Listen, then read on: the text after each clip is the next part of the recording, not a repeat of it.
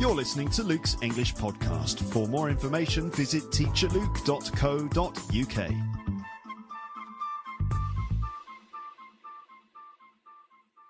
Hello everybody, welcome to Luke's English Podcast. This is Luke speaking, of course. This episode features interviews that I did with the runners-up in the Your English Podcast competition. You remember the details, don't you? I don't really need to go through it again, do I? I don't really need to, but I will in as brief a way as possible. So, around about the 200th episode, I launched a competition. In fact, in the 200th episode, I launched a competition. The competition was that my listeners could send me up to 5 minutes of audio of them talking about whatever they wanted to talk about. Loads of people sent me stuff, and I published them all in a series of 8 episodes called Your English Podcast, and then all of you, my listeners, listened to those recordings and you voted for the ones that you thought were your favourites. And then out of those episodes, we got a winner from each group and then an overall winner, the one who got the most votes of all. The conversations I then had with the runners-up. So you'll remember that the prize was that for the winner, they'd get the opportunity to speak to me directly in an episode of Luke's English Podcast. Just because I've got one eye on the clock here, I think it's time to move forwards again. And we're now going to hear from the next runner-up in this competition, and that's Giovanni from Italy. Here he is.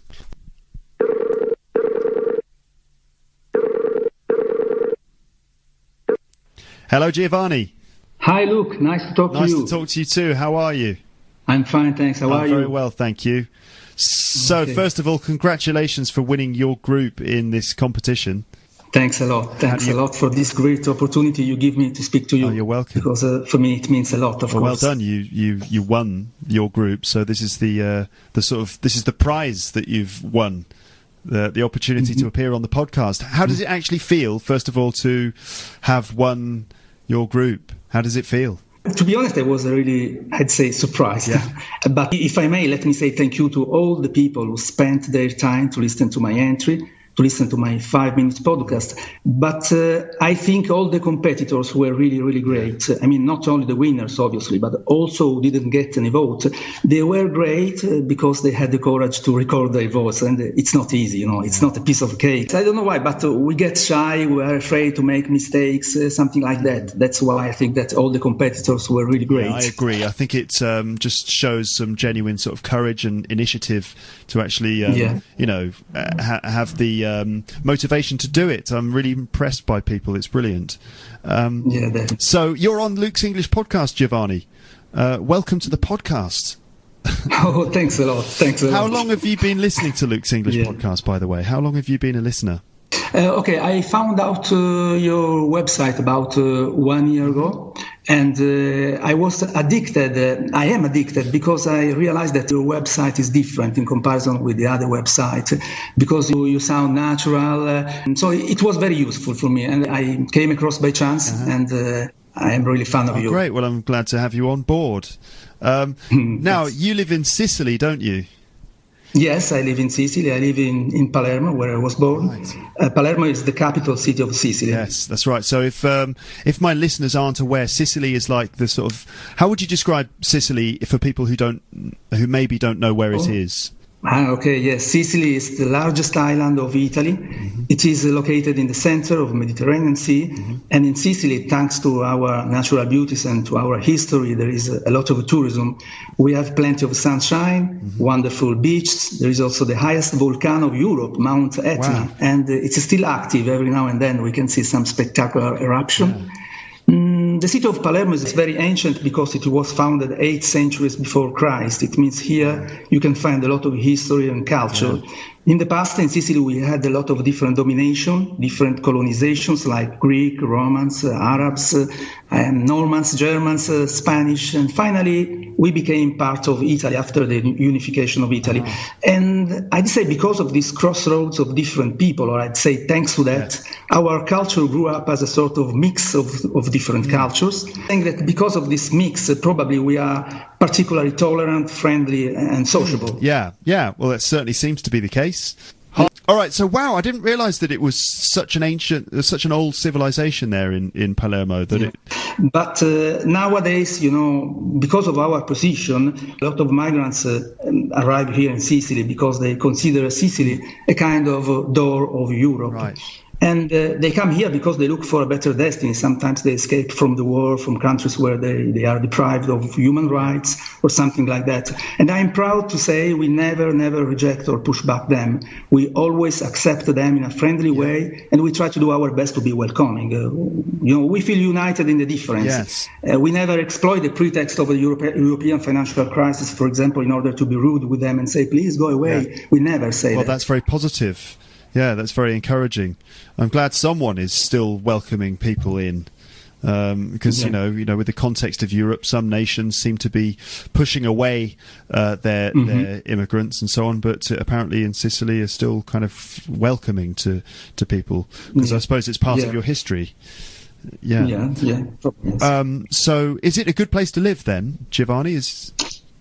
For sure, of course, there are some problems. I can't deny that there are some problems. But for me, I think that's okay. It's ideal because the nature is wonderful. A lot of beaches. The weather is fine. Today, for example, we are 35 degrees, and there is a blue sky. Yeah. And of course, in Europe, in this period, there are financial crises. So, in terms, for example, of unemployment, unfortunately, this is a big problem in Italy, particularly in Sicily. But anyway, apart from that, I think that's a wonderful place, especially for tourism. Yeah. So I think. So if any of my listeners are thinking about their next holiday destination, then Sicily could be one of those places. Okay, you're welcome. All right. Let's see. Now you've done lots of travelling, haven't you? You love travelling. What's the best place that you've visited, Giovanni? I love traveling because I think traveling is an excellent way not only to visit places but even to open our mind. I think traveling helps me to see things from another point of view. You get in touch with new people, new places, and you change a little bit yourself. Right. In Europe, I've been, I'd say, almost everywhere in a lot of countries. But probably my best travels was for my honeymoon. I was in the United States. Wow. And it was an amazing holiday. I stayed there more than a month, and I visited the U.S. from coast to coast, from New York City to Los Angeles and San Francisco, California, passing through other states like Colorado, Arizona, Nevada, absolutely national parks like Yosemite National Park, Zion National Park, Grand Canyon, Bryce Canyon, the Monument Valley. It was really amazing, particularly because it was my honeymoon. So as you can imagine, it's wonderful in any case. Very romantic time. Have you been to the UK? Yes, of course, I've been in the UK and even in Scotland. Oh, yeah. Did you feel the beautiful town? Sorry, did you feel that there was a difference between Scotland and England when you were there? Did you feel like a difference in atmosphere or in culture? The first difference that I noticed was the accent of people, because every time that I go to the UK, I understand people. But I went there in Scotland just one time, and it was a little bit frustrating because it was not so easy to understand what they mean. Yeah, well, it's got a very sort of particular accent. It's a beautiful sounding accent, but I can understand if you're not familiar with it, it can be difficult to understand. Yeah, absolutely. Right. Well, Giovanni, I think we're pretty much out of time here. That's about 10 minutes. It's been great to talk to you. Oh, it was a great pleasure for me. Yeah, and I'd just like to say, well done again for winning your group in this competition. Congratulations. Thanks a lot. Yeah. Thanks a lot. Okay, well, have a great day and enjoy the beautiful weather that you're experiencing. Okay, thanks a lot again for this nice conversation. Yeah. Take care and hope to see you again in the near future. Great. Thanks, Giovanni. Take care. Okay. All right. Bye. Bye. So that was my conversation with Giovanni, which was slightly affected by technical issues. First of all, there's that delay thing, which makes it sounds like I'm interrupting him. I think we managed those breakdowns, those technical breakdowns, quite well between the two of us. We sort of managed them quite well. This is the end of part 1, and now you'll just need to go and find part 2 of my runner-up interviews. Okay, good. So go and check that out. But that's the end of part 1 for now. I'll speak to you again in part 2 very, very, very soon. But for now, it's goodbye. Thanks again for listening to Luke's English podcast. For more information, visit teacherluke.co.uk.